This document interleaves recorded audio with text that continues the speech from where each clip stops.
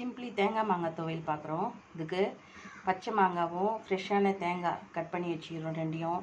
இதுக்கு காரத்துக்கு காஞ்ச மிளகா, கடுகு, வெந்தயம், சீரகம், கருவேப்பிலை இது எண்ணெய் போட்டு நல்லா வதக்கிட்டு இதில் காஞ்ச மிளகாவும் போட்டு வதக்கிட்டு இதை போட்டு அரைக்க வேண்டியது தான். சும்மா ஒரு ஸ்பூன் எண்ணெய் ஊற்றிருக்கேன். இதெல்லாம் வதக்க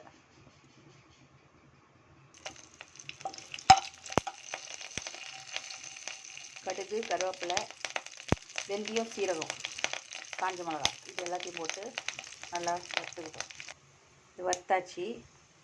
இதை மிக்சியில் போட்டு இதோட பச்சை மாங்காவையும் தேங்காவையும் போட்டு அரைச்சிட வேண்டியது. வறுத்ததை மிக்சியில் கொட்டிட்டு இதில் தேங்காவும் மாங்காவும் போடணும்.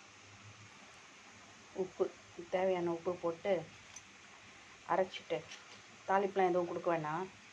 சூடாக சாதம் வச்சு நெய் போட்டு சாப்பிட்டோம்னா செம்ம டேஸ்ட்டு. இங்கே பாருங்கள், நம்ம அரைச்சிட்டோம்.